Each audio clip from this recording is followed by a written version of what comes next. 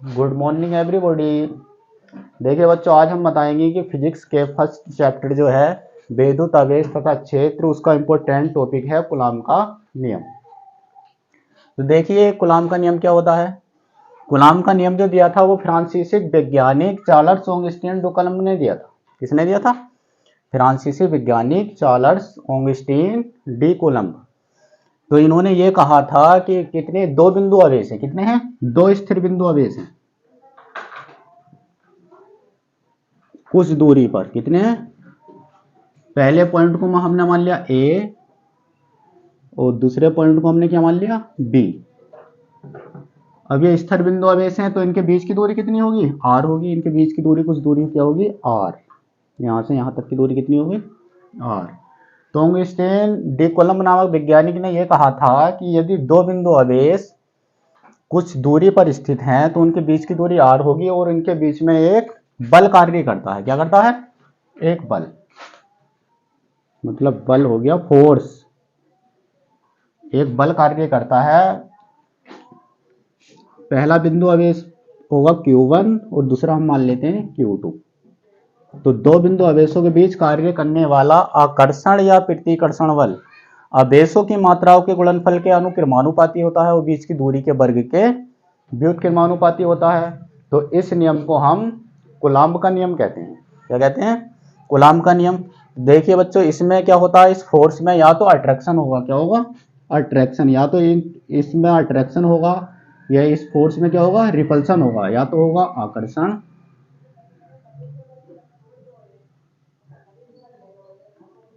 या होगा इसमें प्रतिकर्षण। आकर्षण या प्रतिकर्षण। तो देखिए अट्रैक्शन कहते हैं आकर्षण को। तो इसमें अट्रैक्शन कब होता है? जब दोनों पे अपोजिट चार्ज होता है। क्या होता है? Opposite charge. मतलब इस वाले पे प्लस चार्ज है और इस वाले पे माइनस चार्ज है, तब क्या होगा इसमें? अट्रैक्शन, मतलब आकर्षण होगा। तब क्या होगा? आकर्षण। और यदि दोनों पे सेम चार्ज कर दें, इस पे भी माइनस कर दें और इस पे भी माइनस कर दें, तो दोनों में क्या होगा? रिपल्सन। मतलब अपोजिट साइड वाले में क्या होता है? इसमें अट्रैक्शन। और सेम चार्ज में क्या होता है? इसमें रिपल्सन होता है। क्या होता है? रिपल्सन होता है। फॉर एग्जाम्पल, जैसे कि यहाँ पे एक हम क्या मान लेते हैं? एक लड़का मान लेते हैं और यहाँ पे भी क्या मान लिया हमने? एक लड़का। तो लड़के की जब शादी हम लड़के से कराते हैं तो लड़की की शादी लड़के से हो सकती है? नहीं हो सकती। तो इन दोनों में क्या होगा? यदि कर भी दी तो वो एक दूसरे दूसरे से क्या भागेंगे? दूर भागेंगे। क्या भागेंगे? दूर भाग जाते हैं। तो उसे हम कहते हैं रिपल्सन। और इसी तरह से यदि इसमें एक लड़का है और एक लड़की है तो उन दोनों की शादी कर दी तो वो आपस में एक दूसरे के साथ रहते हैं, मतलब तो वो हो जाता है उनका अट्रैक्शन। तो इसी तरह से चार्ज का है। जब अलग अलग चार्ज होते हैं तो इनमें अट्रैक्शन होता है और जब सेम चार्ज होते हैं तो इनमें क्या होता है? रिपल्सन होता है। तो कूलॉम्ब ने यही नियम दिया था कि किन्हीं दो बिंदुओं के बीच कार्य करने वाला आकर्षण या प्रतिकर्षण बल आवेशों की मात्राओं के गुणनफल के अनुक्रमानुपाती होता है और बीच की दूरी के वर्ग, वर्ग कहते हैं स्क्वायर को, बीच की दूरी के वर्ग के व्युत्क्रमानुपाती होता है। तो इस नियम को कूलॉम्ब का नियम कहते हैं। अब देखिए इस कूलॉम्ब के नियम को हम लिखकर बताते हैं। तो किन्हीं दो पिंडों के बीच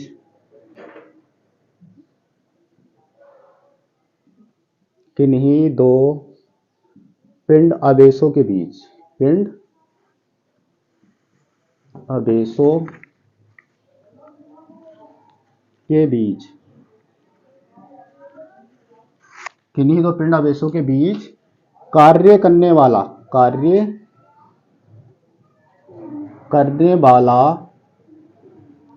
आकर्षण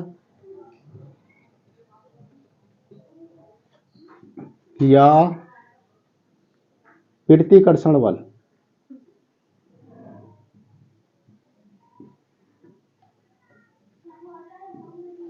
किन्हीं दो पिंडों के बीच, पिंड क्या है इसके? आवेश के Q1 Q2 है, तो इनके बीच कार्य करने वाला आकर्षण या प्रतिकर्षण बल, आकर्षण या प्रतिकर्षण बल आवेशों की मात्राओं के आवेशों की मात्राओं के गुणनफल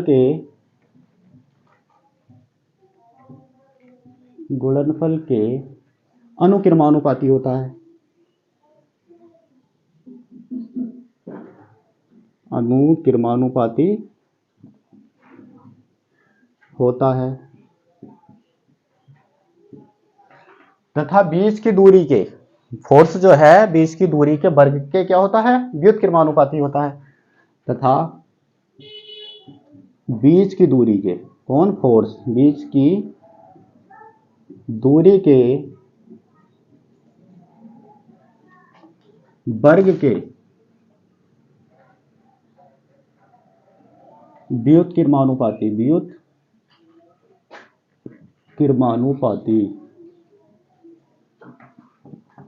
होता है।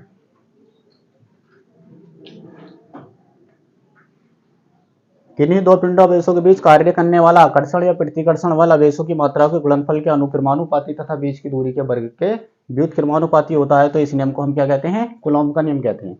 तो देखिए कूलॉम का नियम कहते हैं, तो इसमें जो चार्ल्स ऑगस्टीन डी कूलम्ब नामक वैज्ञानिक थे, तो उन्होंने इसका एक मैथमेटिकल फॉर्मूला दिया। कौन सा दिया, मैथमेटिकल। तो देखिए इसका मैथमेटिकल फॉर्मूला क्या होता है, इसका मैथमेटिकल फॉर्मूला समझाते हैं हम तुम्हें। कौन सा दिया, मैथमेटिकल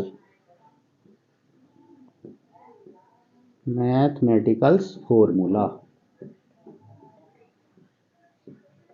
अब हम तुम्हें बताएंगे मैथमेटिकल फॉर्मूले के बारे में। तो इन्होंने सबसे पहले क्या कहा था, इसमें किन्हीं दो आवेशों के बीच कार्य करने वाला आकर्षण या प्रतिकर्षण वाला आवेशों की मात्राओं के गुणनफल के अनुक्रमानुपाती होता है। तो F जो है फोर्स किसके अनुक्रमानुपाती है, Q1 और Q2 के। ये पहला बन गया है ना, पहला इक्वेशन मान लेते हैं इसे, या पहली समीकरण भी कह सकते हैं। और दूसरा है F अनुक्रमानुपाती होता है Q1 Q2 तथा फोर्स इसके बीच की दूरी के वर्ग के क्या होता है, व्युत्क्रमानुपाती होता है। तो ये बन गई इक्वेशन 2, इसे इक्वेशन 2 मान लेते हैं। तो समीकरण 1 और 2 से सोल्विंग कर लेते हैं। तो F अनुक्रमानुपाती होगा Q1 Q2 के, व्युत्क्रमानुपाती होगा 1/r² के। तो इसे हम एक बार में लिख सकते हैं, समीकरण 1 तथा 2 से ऐसे लिख सकते हैं या एक साथ कर लिख सकते हैं, F अनुक्रमानुपाती Q1 Q2/r²। तो ये F, जब ये अनुक्रमानुपाती का चिन्ह हटाते हैं तो हम यहाँ पे क्या लेते हैं, K लेते हैं। क्या लेते हैं, K। तो Q1 Q2/r²।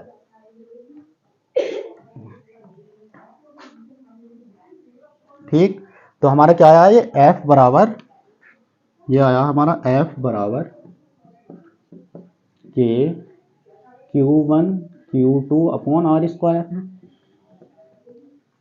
मात्रक होता है इसका न्यूटन बल का, बल है ना तो न्यूटन।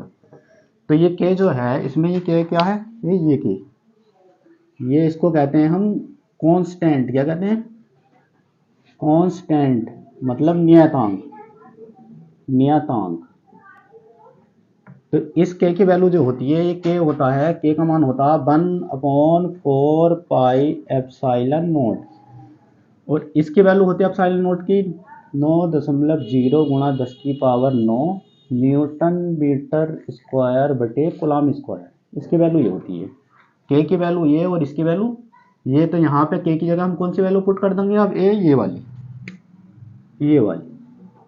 फिर इस वैल्यू की जगह पुट कर देते हैं हम ये वाली। तो F जो हमारा फोर्स था, ये F का जो फॉर्मूला आया हमारा, F बराबर K की वैल्यू हम कितनी रख देंगे यहाँ, 1/4πε0 Q1 ऐसे आ जाएगा हमारा, और Q2 भी देखो ऐसे आ गया ये वाला, और ये r² ऐसे आ गया न्यूटन। अब इसमें जो ये ε0 है, ये जो ε0 दिया ये वाला, तो इसे कहते हैं हम निर्वात की वेधुशीलता। निर्वात की